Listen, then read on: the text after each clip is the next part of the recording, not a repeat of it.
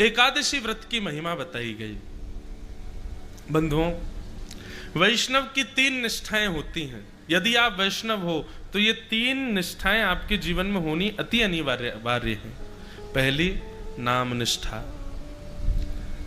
नाम नित्य जपा करो, चाहे कुछ हो जाए। मैंने एक दिन अपराध बताया था ना, अगर आप नाम जप से अधिक किसी अन्य क्रिया को मानेंगे तो ये अपराध है। नाम जप सबसे श्रेष्ठ है, इसलिए नित्य नाम जप जरूर किया करो ठाकुर जी का। सुबह करो, रात्रि में करो, चलते फिरते उठते बैठते कहीं भी करो। मंत्र का विधान है कि वो एक जगह बैठ के करना चाहिए, पर नाम तो आप अनवरत कभी भी कहीं भी बोल सकते हो, उसमें कोई दिक्कत नहीं।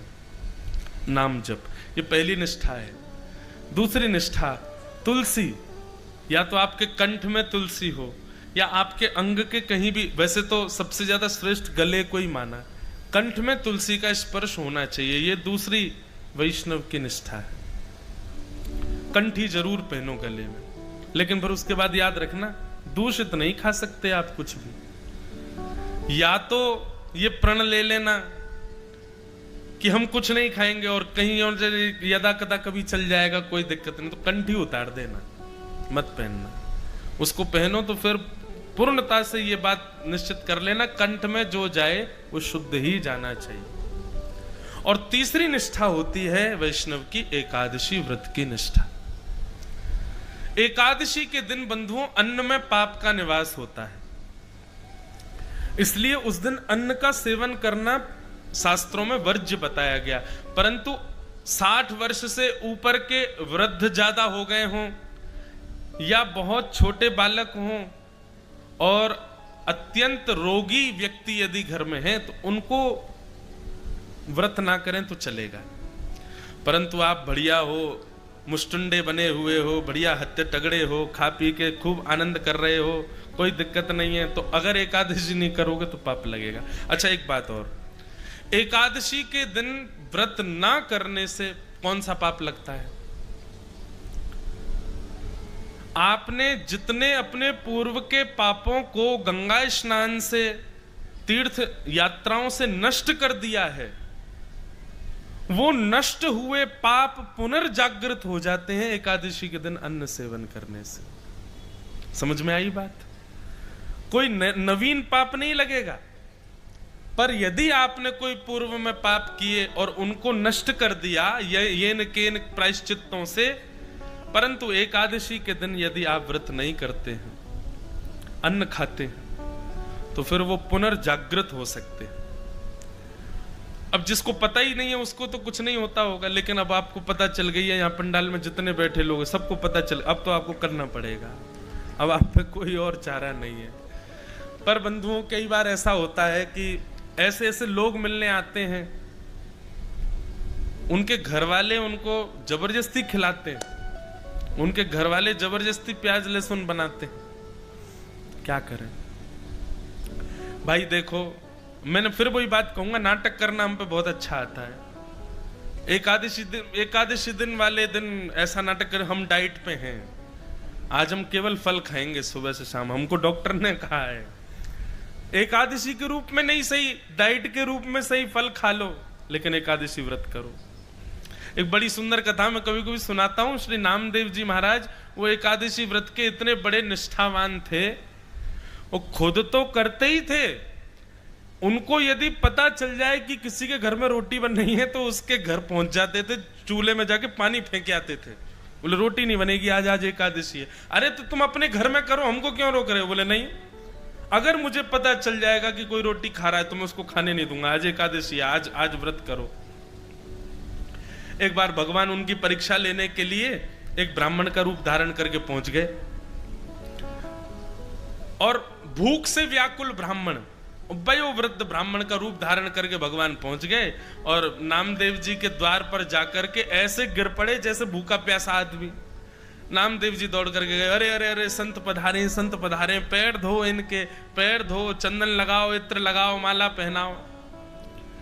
ठाकुर जी बोले, अरे भैया ये सब मत करो। बोले क्या हुआ, आप इतने व्याकुल क्यों? बोले भूख लगी है, 4 दिन से कुछ पाया नहीं है मैंने, जल्दी मुझे रोटी सब्जी दाल चावल कुछ खिलाओ। नामदेव जी बोले आज तो एकादशी है, लीजिए सेब खाइए, केला खाइए, अमरूद खाइए, सब बढ़िया सुंदर सुंदर फल पाइए, भगवान रोटी तो नहीं मिलेगी आज। अरे कैसे आदमी हो तुम? तुम्हारे द्वार पर भूखा प्यासा व्यक्ति आ गया, तुम उसको रोक रहे हो, नहीं चाहिए फल वल नहीं खाने मुझे, भाई रोटी की भूख लगी है, दाल चावल खिलाओ। नामदेव जी बोले दाल चावल तो नहीं बनेंगे, अब एकादशी है आज। अरे तुम्हारे सामने वयोवृद्ध आदमी बेचारा 4 दिन का भूखा, प्राण निकल जाएंगे मेरे, कहीं मैं मर गया तो भूख के कारण। नामदेव जी बोले अच्छा है, एकादशी के दिन प्राण निकल जाएंगे, सीधे वैकुंठ ही जाओगे आप, ठाकुर जी द्वार खोलेंगे आपका, पर आज आप अन्न नहीं खा सकते।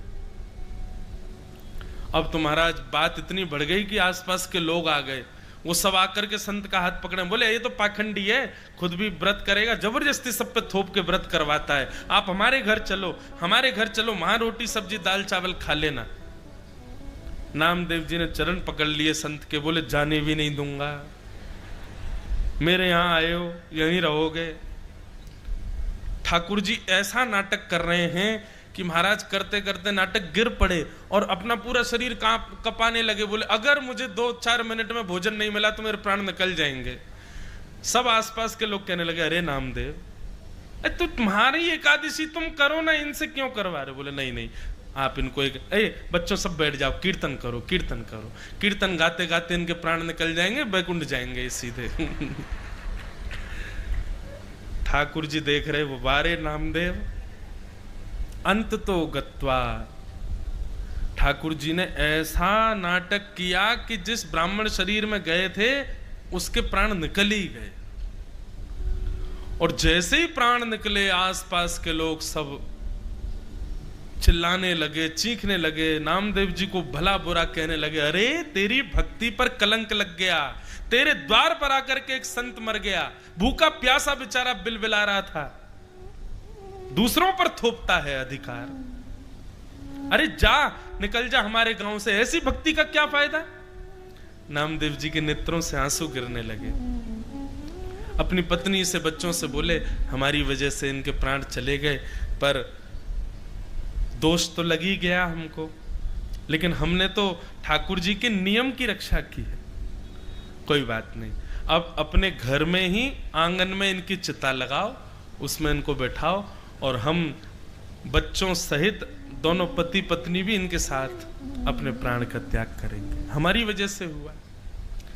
महाराज चिता लगाई, चिता पर उस ब्राह्मण के शव को रख दिया, एक तरफ पत्नी बैठी गोद में बच्चों को ले लिया, एक तरफ नामदेव जी बैठे दूसरे बालक को गोद में ले लिया, और हरिश शरणम ठाकुर जी का कीर्तन करने लगे। एक लकड़ी में आग लगा करके स्वयं ही उस चिता में जैसे ही लगाने लगे, चिता में अग्नि लग गई, लग करके जैसे ही वो लपट ब्राह्मण के कमर को छूने लगी, भगवान ही थे ब्राह्मण थोड़े ही थे, जैसे ही ठाकुर जी को नेप ताक लगा, ठाकुर जी तो तुरंत उठ करके बैठ गए, और बैठ करके नामदेव जी को गले से लगा के बच्चों को गोद में लेकर के तुरंत चिता से बाहर कूद गए ठाकुर जी। सब देखते रह गए, और देखते ही देखते वो ब्राह्मण साक्षात पंडरीनाथ श्री विठ्ठल भगवान के रूप में प्रकट हो गए, और नामदेव जी को अपने हृदय से लगा करके वहां से अंतर्ध्यान हो। सब बोले अरे ब्राह्मण कहाँ गया? नामदेव जी बोले ब्राह्मण कोई नहीं था, वो विठ्ठल भगवान ही परीक्षा लेने आए थे मेरी एकादशी की। तो एकादशी जो है बंधुओं, ठाकुर जी को कोई फर्क नहीं पड़ेगा कि आप व्रत करो मत करो, पर उस दिन अन्न में पाप का निवास है, इसलिए शास्त्र आज्ञा करते हैं कि व्रत करो।